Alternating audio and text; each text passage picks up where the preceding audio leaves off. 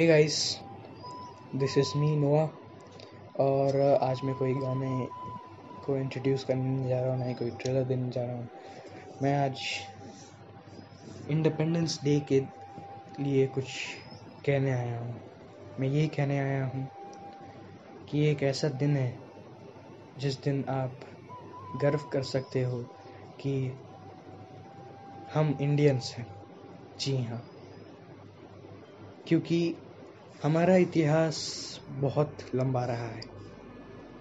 कभी मुगलों ने हम पे शासन किया, कभी मराठों ने, कभी तुगलक ने, कभी ये, कभी वो, कभी ये।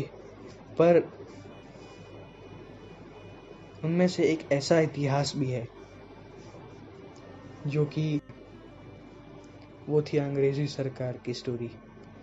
वेल, आपको ये सब तो पता ही होगा कि ब्रिटिश आए थे तो ट्रेडर्स के रूप में, बट बाद में उन्होंने पूरा इंडिया ही कैप्चर कर लिया। फिर क्या होना था, अब इनसे आज़ाद होना था। इनके बंधी हुई बेड़ियों में तो नहीं रहना था, क्योंकि हम सोने की चिड़िया से कम थोड़ी ना है। उड़ना चाहते हैं, पिंजरे में बंद रहेंगे तो कुछ नहीं कर पाएंगे। बहुत सारे रेवोल्यूशनरीज के नाम आ रहे हैं, जैसे रानी लक्ष्मीबाई। उन्होंने तो कई कई कई कई बार यही कहा है कि अगर स्वराज चाहिए तो लड़ना तो पड़ेगा ही। और उन्होंने ये किया भी, पर उस पर कभी सक्सेसफुल नहीं हो पाए। फिर अगले थे मंगल पांडे। वो भी सक्सेसफुल नहीं थे, पर उनकी मुहिम इतनी बड़ी निकली कि हर एक सिपाही अपने खून के एक एक कतरे से इस धरती को सींच कर अंग्रेज से बचा रहा था। और कई हैं, जैसे महात्मा गांधी, भगत सिंह। भगत सिंह को तो सब जानते होंगे, पर उनके साथियों के बारे में ज़्यादातर लोग नहीं जानते। मैं उनमें से एक को जानता हूँ, राजगुरु। उनके साथ ही हंसते हंसते फांसी लगा के इस दुनिया को छोड़ गए।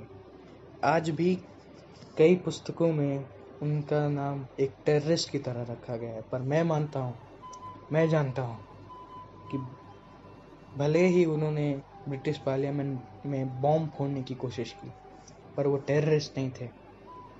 वो महात्मा गांधी की तरह नॉन वायलेंस के पथ पे नहीं चल पाए, क्योंकि उनको लगा कि नॉन वायलेंस पे चलते रहे तो ये आज़ादी कभी नहीं मिलेगी। पर फिर भी हम उन्हें टेररिस्ट तो नहीं कह सकते। फिर और भी हैं, जैसे सुभाष चंद्र बोस। मेरे पसंदीदा रेवोल्यूशनरी, क्रांतिकारी, एक ऐसे क्रांतिकारी जो अपने पूरे इतिहास में उन्होंने यही देखा है कि अगर जीत पानी है तो लड़ना तो पड़ेगा ही। उन्होंने आज़ाद हिंद फौज की गठन की इसीलिए ताकि हम इस ब्रिटिश काउंसिल को हटा पाए, इस ब्रिटिश सरकार को हटा पाए और अपने लोगों को आज़ाद कर पाएँ, ताकि हम सोने की चिड़िया पिंजड़े से बाहर निकल दुनिया देख सकें, उड़ सकें। पर आज के भारत में जैसा हो रहा है, ये आज़ादी जो हमें मिल रही है, इसका कुछ लोग गलत फ़ायदा भी उठाते हैं। हमारे ही देश के वीर सपूतों मैं क्या कहूँ, कई ऐसे जवान हैं, कई ऐसे लोग हैं जो हंसते हंसते इस देश की सेवा करते हुए मारे गए, इन्हीं लोगों की वजह से। मैं ये नहीं कह रहा कि वो कोई स्पेशल ग्रुप से हैं, मैं ये नहीं कह रहा कि वो हिंदू है, मुस्लिम है, ईसाई है, कोई भी है। हम पैदा इंसान हुए थे, धर्म तो हमने बनाए हैं। धर्म मज़हब एक तरह का रूल है जो हमें फॉलो करना होता है, जो हमारे पूर्वजों ने बनाया है, हमने नहीं। उन्हें लगा कि इस नियम, इस रूल्स में रह के हम कायदे में रह सकते हैं, पर इससे बात नहीं बनी। इससे अलग अलग डाइवर्सिटीज क्रिएट हुई। पर फिर भी भारत जैसा देश, जिसकी कई पॉपुलेशंस तो डाइवर्स ही हैं, फिर भी हम यूनिटी में रहते हैं। हम एक ही देश के छत के नीचे सोते हैं, हम एक ही राष्ट्रगान गाते हैं, हम एक ही फ्लैग को सल्यूट करते हैं। तो बस मैं इतना कहना चाहूँगा कि हम जब तक एक हैं तब तक अनेक हैं। जब टूट गए तो कुछ नहीं हो सकता। हम सब एक रस्सी की तरह हैं, जो चाहे तो किसी को भी जकड़ के रख सकता है, और किसी को भी से मतलब है हमारा इस समय जो मेन मोटिव है कोरोना को हराना। हम ये वो रस्सी हैं जो एक साथ जुड़ गए तो इस कोरोना को भी हरा सकते हैं। मैं जानता हूँ कई लोग मेरी इस बात से सहमत नहीं होंगे, उनको लगता होगा कि हम कुछ नहीं कर सकते। तो मैं आपको इतना ही कहना चाहता हूँ कि उनकी बातों पे ध्यान न दें। आपको क्या लगता है कि क्या हम इस कोरोना को हरा सकते हैं? मैं मानता हूँ कि मैं इस कोरोना को हरा सकता हूँ, क्योंकि मेरे साथ वो सब हैं जो यही चाहते हैं कि कोरोना को हराया जाए। मैं सैल्यूट करता हूँ उन देश के वीर सपूतों को जिन्होंने हंसते हंसते प्राण गंवा दिए ताकि हम चैन की नींद सो सकें। मैं सैल्यूट करना चाहता हूँ उन पुलिस को जो इस कोरोना के समय में हमें सावधान करते हैं। मैं सैल्यूट करना चाहूँगा उन डॉक्टर्स को जो अपना परिवार पीछे छोड़कर सब कुछ पीछे छोड़कर हमारे कई भाई बंधु हों जिनको कोरोना हुआ है उनकी इलाज की देख रेख के लिए तत्पर खड़े हैं। मैं सैल्यूट करना चाहता हूँ उन सफाई कर्मचारियों को जो जगह जगह जाके सैनिटाइजेशन करते हैं। और मैं क्या कह सकता हूँ,